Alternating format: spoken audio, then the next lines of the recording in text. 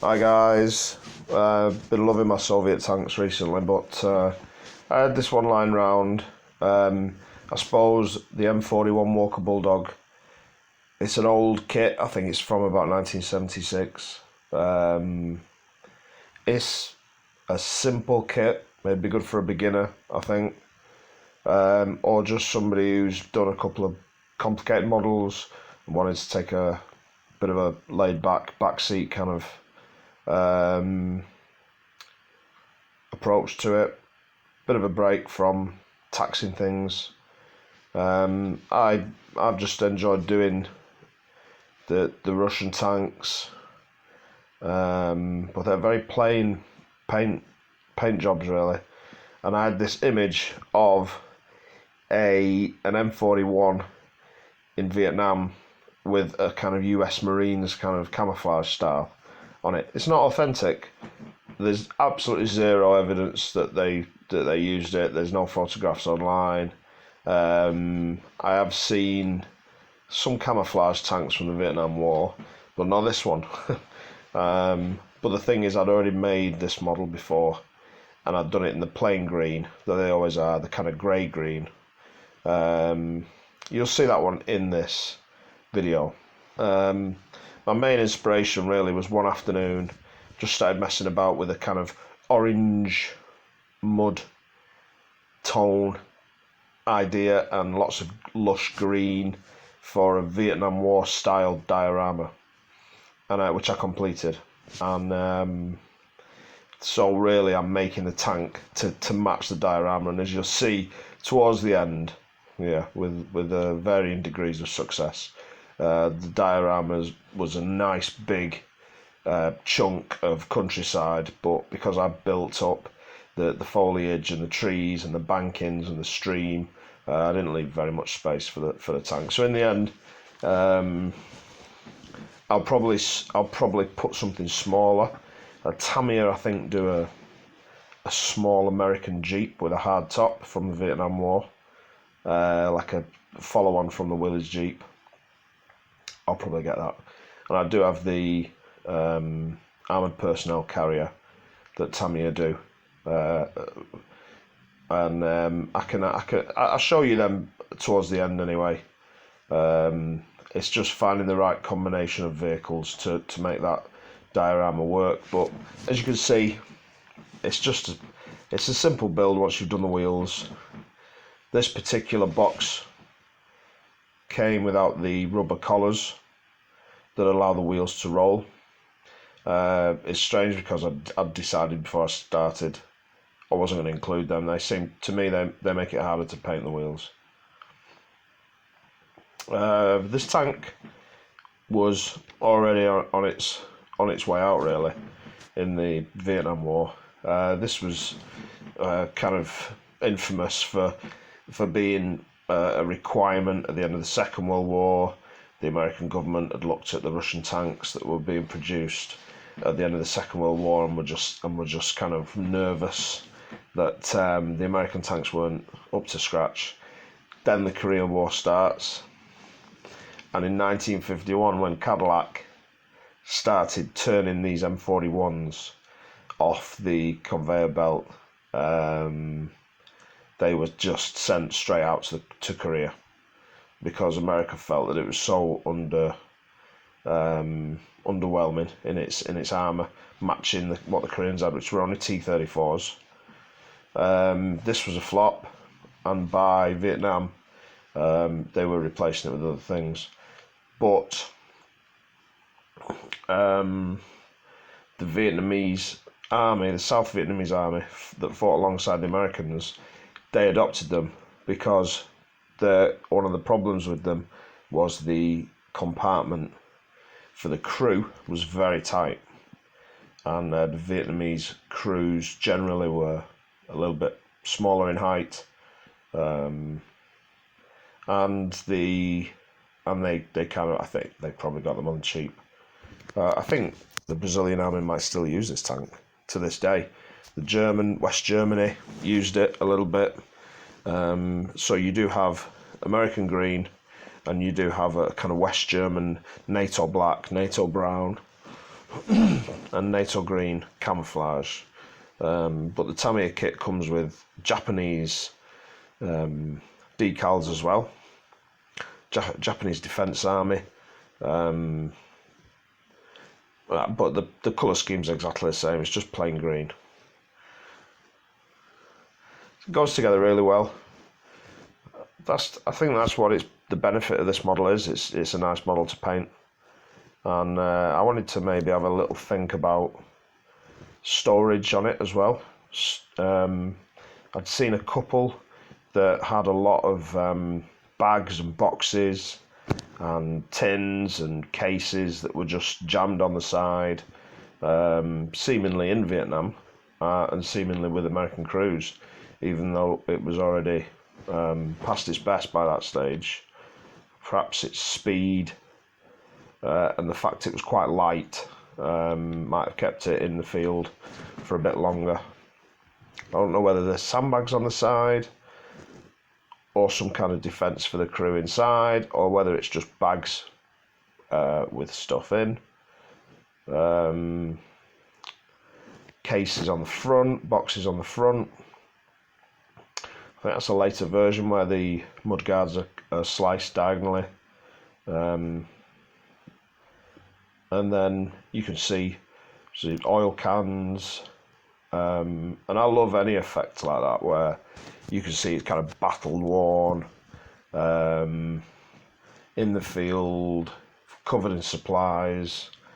So I got the old air drying clay out, and my first thought was some sandbags for defence. But you can see there the size of the turret, the gun turret, makes it impossible really to put anything on the main hold of the tank, the upper surface of the tank. However, as in the pictures, this kind of effect, bags along the side, is very possible. Super simple with air drying clay. They were just like teardrop shaped. Sacks, food and water canteens, or whatever the troops would put in that kind of parcel.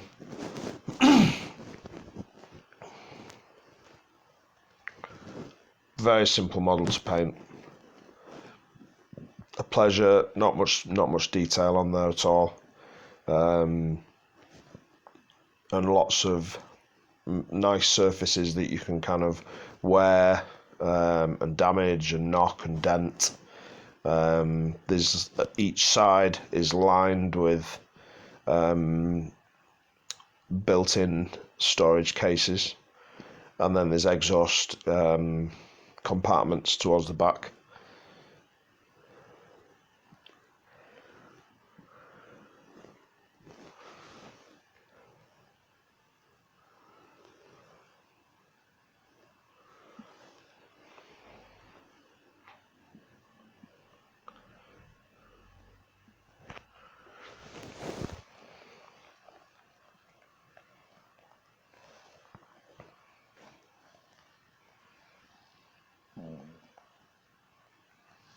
Well, this colour is a Vallejo's buff,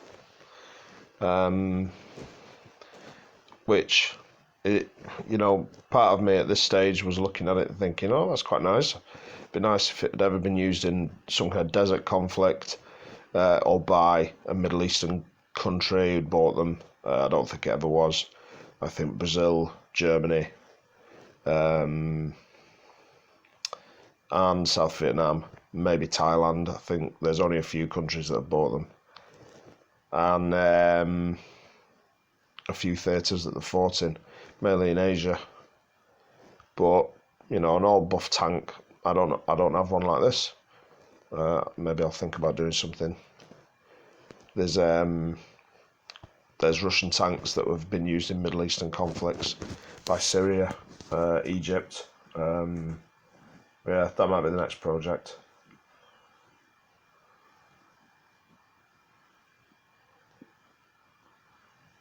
So I always do it this way around, where I take the the wheels, the running gear at the bottom hull. I'll always paint that first, put the tracks on before I cement it to the upper hull. I know if you're painting with airbrushes, you can get in easier to nooks and crannies, but if you're painting with a brush, you've got to build it in stages and consider not going too far forwards that you leave yourself struggling to get into little gaps and spaces. I don't always paint on the rubber coating on the road wheels, but in this case I did. By this stage the diorama was 3/4 built, so I knew the tones and the colours and the dust. Very orangey yellow dirt I'd used, so the tracks, as you can see, are there. Was considering the mud effects that I would put on them as well at this stage. I'd paint them off the tank, the tracks, and then connect them in the typical way Tamiya suggests, with a heated up pair of tweezers, and just smear the plastic nipples of the track to connect the two sides. As with any brush painting, you know, you've got to do a couple of coats, and my base colour for this camouflage idea I had was quite light, so I think I went back over it a couple of times. Very watered down, very thin. I'd rather do that. I'd rather go over it a few times with thin paint than have gloopy, horrible paint and brush marks in it. I'll jump ahead. Sorry, guys. It's a American brown, protective green, German protective green, and just plain black, gloss black. It was based on a US Marines uniform from Vietnam. I don't know how authentic it is really, but I looked at a lot of uniform prints and just kind of copied the patterns. So my plan was always to knock it back. I know it's way too vivid and strong now for a tank. It looks like a toy tank, doesn't it? But this was my plan anyway. This was my idea, and then I'm going to use some dust effects to really knock it back, make it a bit more subtle.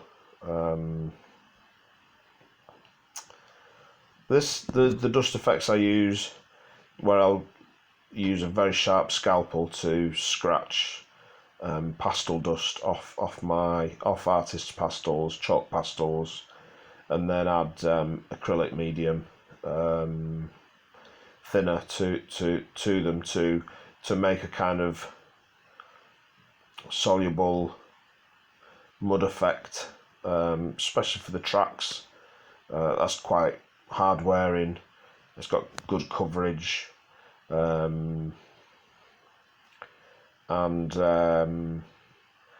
then, as you see in a moment, I use them also dry, and that can really soften the camouflage in this case, or soften a colour that's maybe a bit garish, maybe isn't as authentic as you thought it looked in the first place. But if you look back at the photographs which I flashed up before, that they were coated in mud, the lower half of this tank. So this one has not been going through wet mud in my imagination. It's just been dusted with on a dry road, on a summer road. And the pastel effect when it dries is very matte. So that and it when you've mixed it with acrylic medium, it doesn't come off very easily, but it you can knock it back a little bit by wetting it and doing different effects over it as well.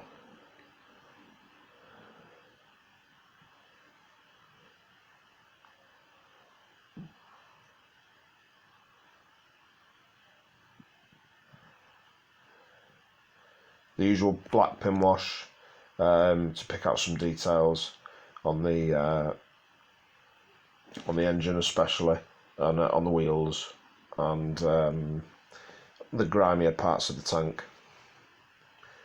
At this stage, because I knew I was going to use a lot of pastels on it, I had already used clear coat to seal in the camouflage. I wanted to do quite a bit of weathering.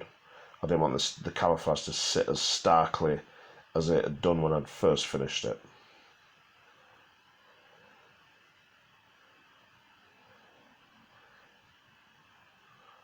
So as before, just working on a moist surface there, water on it first, and then I think the camouflage combination of colours could take a lot of pin wash. You know, I used quite a lot on the brush. I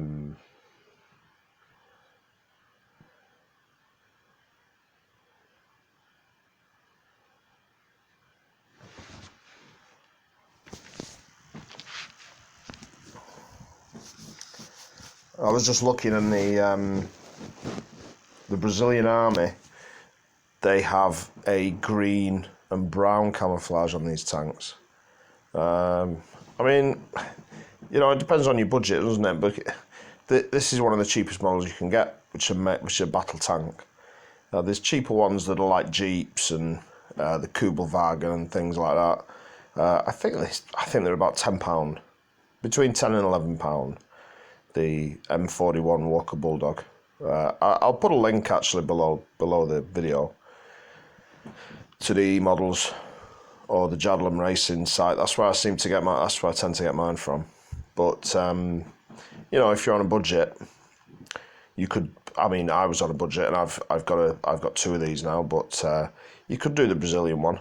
From what I've seen on pictures, the blue disc with the Southern Cross stars on it, that's the focus of the Brazilian flag. I think that's the emblem of the Brazilian Army. The disc with the stars on it, not with the motto across it. I've never seen Brazilian Army emblem decals come up on eBay. That'd be something you'd perhaps have to look into creating yourself. But yeah, it's almost Battle of Britain Hurricane green and brown camouflage. Is very kind of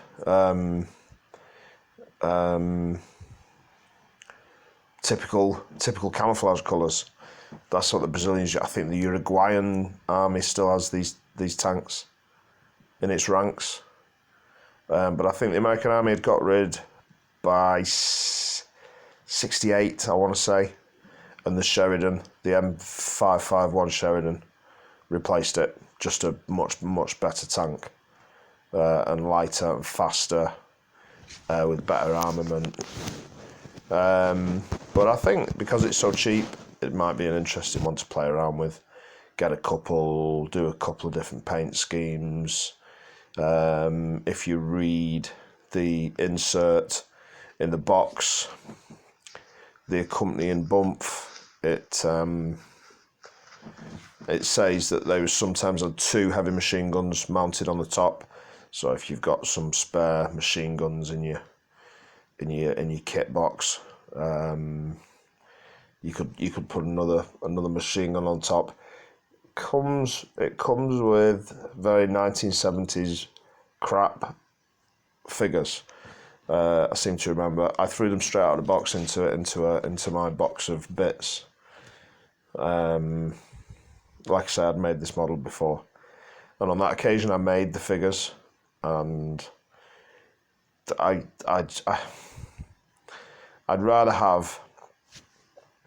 pay more and have figures in realistic positions of rest or walking, sentry duty, chatting, casual, than have them going into. I never think they look realistic when they're going into action, when they're shooting and running and shooting, and you tend to pay a bit extra and get the box kits of soldiers at rest, you know, German soldiers marching, German tank drivers having a smoke, or Russian soldiers around the fire, and the men you get for free in the boxes tend not to be as good quality, and they're almost always fighting and shooting, and it's so hard to place them in a diorama as well. Even if they looked realistic, it's too hard to place them in a diorama.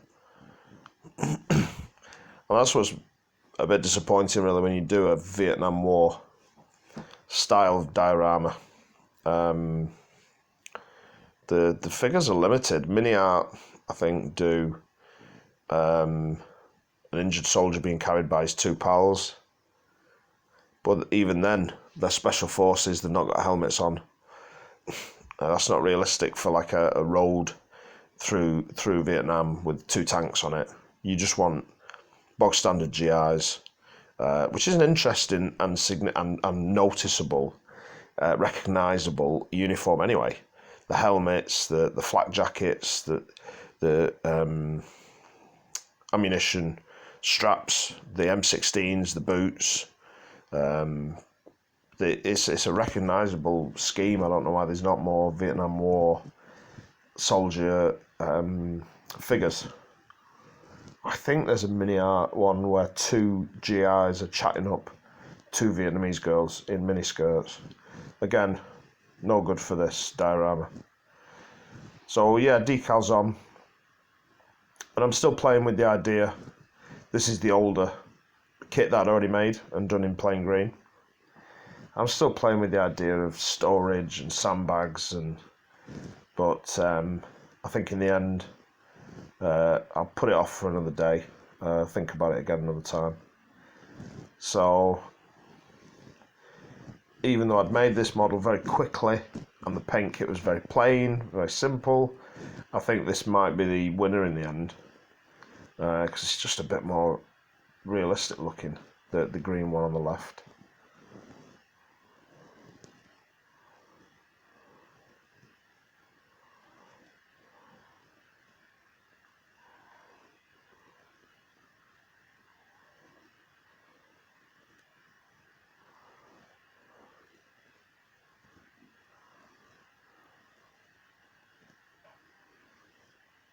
And then I'm trying to, yeah.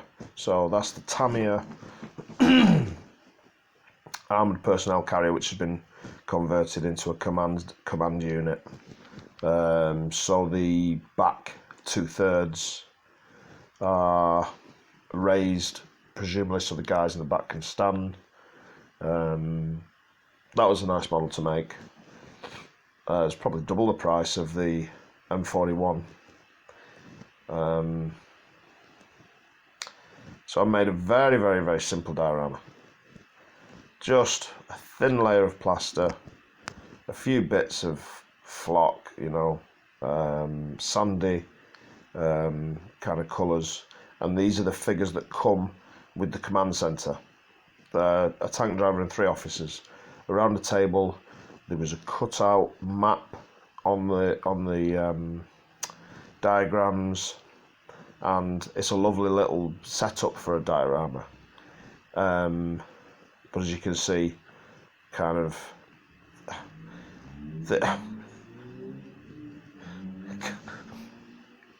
trying to combine the vehicles to make something interesting. I've only been doing tanks for the last 12 months since the COVID crisis began. I knew I needed a hobby that was a bit more time consuming, and I'd kind of exhausted planes, airfix planes, 172 scale. I'd done all the ones I wanted to do. I only liked RAF planes and Royal Navy, and I'd done the Cold War, which were the ones that I loved. And I knew that if I switched to bigger tanks, they'd take longer, and I could build a diorama at the end.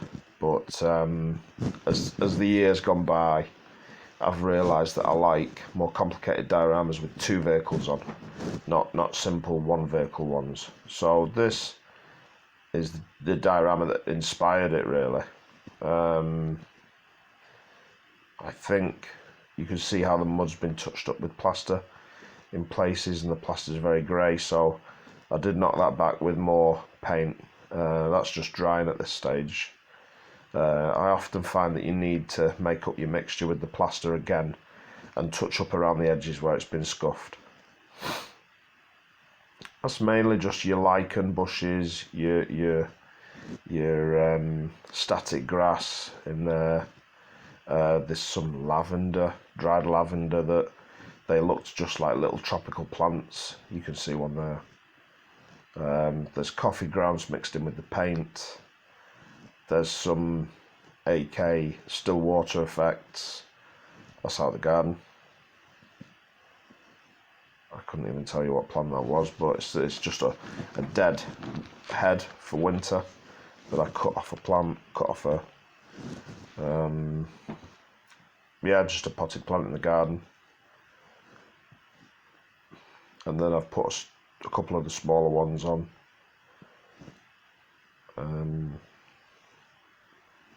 I was super pleased with it, but as you can see, and as I realised, it just didn't have much capability for fitting vehicles.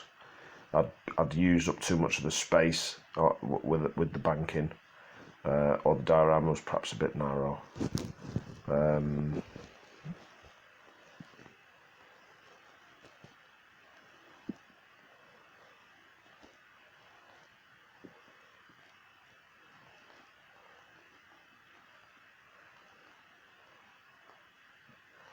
So the plan always was to keep working on the camouflaged version of the M41.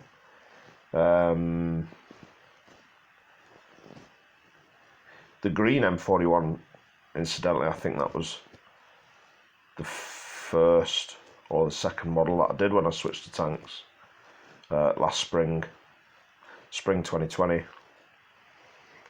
I did the little Panzer, the little Africa Corps Panzer III, which was too small a tank to. I didn't really enjoy that, but I think that's £8 or £9 in the UK. So that's a really cheap kit. And then I spent a bit more on this. If you're new to a hobby, don't start on the £70 dragon kit. Start realistic and learn your trade a little bit. So the green M41 that I showed before was one of the earlier tanks that I made. I remember enjoying it, and I had in the back of my mind that I might buy another one, do it a bit different. So it's just yellow, like a warm yellow pastel dust, and I'm applying it dry, and kind of staining the surface with it.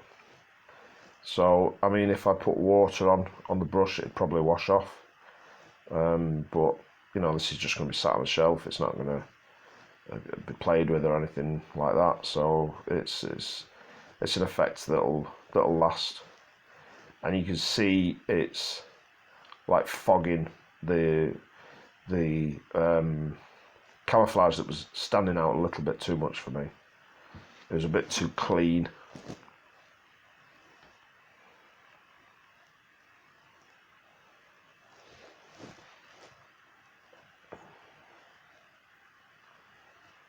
It definitely needed it, and because I've used the yellows and the oranges in the diorama mod, I was thinking it tied in with that.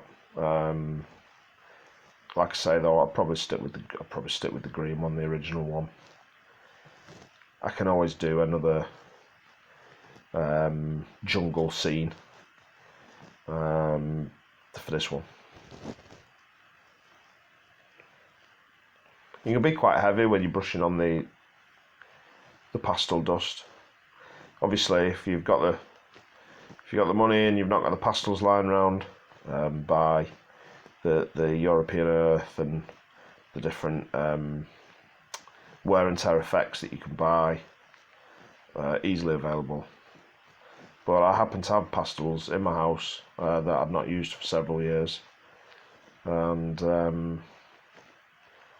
yeah, give me an excuse to grind them down.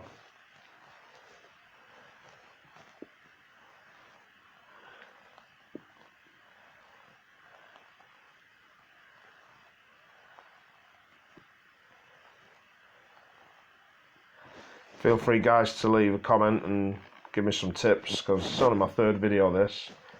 I've always enjoyed watching people making scale models on YouTube, and I was fancied I'm going to go put a video together.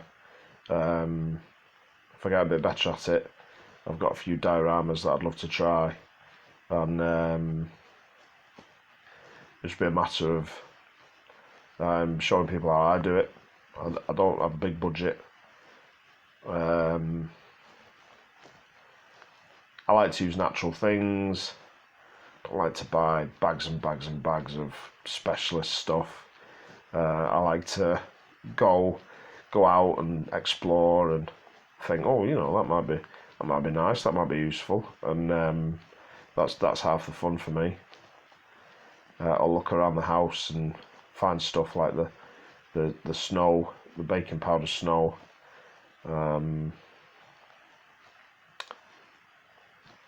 After this model, though, I've still got 2 Russian tanks from the Second World War, so I might go back and do a couple more wintry dioramas.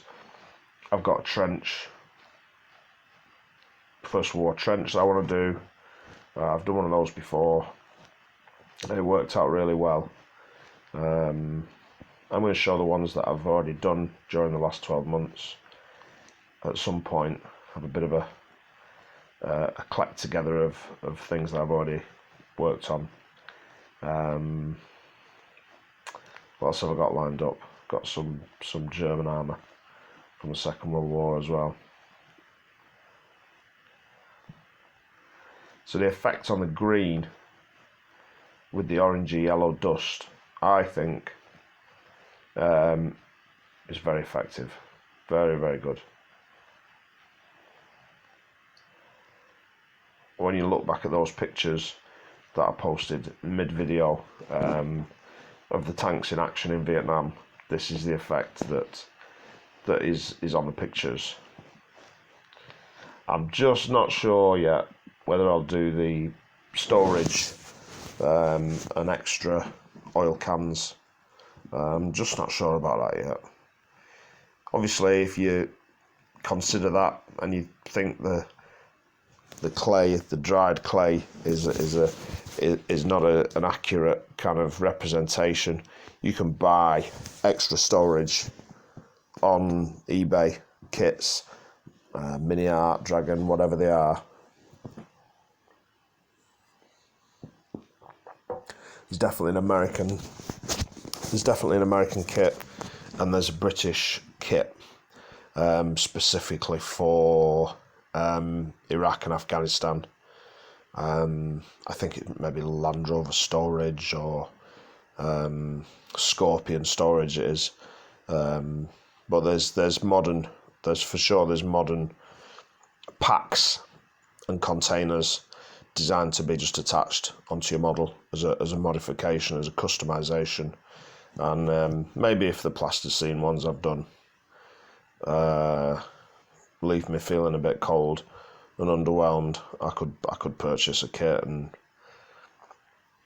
I would like to kind of muddy these up and make them look really tough and battered with war. But I don't think I'll do it for this video. The instructions describe how you can put a dust cover over the base of the gun. I think using plastic and a hairdryer, or using ties and thin plastic, but I didn't bother with it. You see how the dust has just pushed back the camouflage, made it a bit more realistic.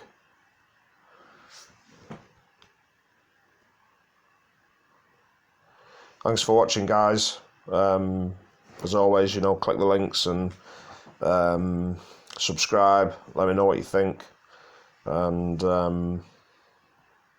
yeah, cheers.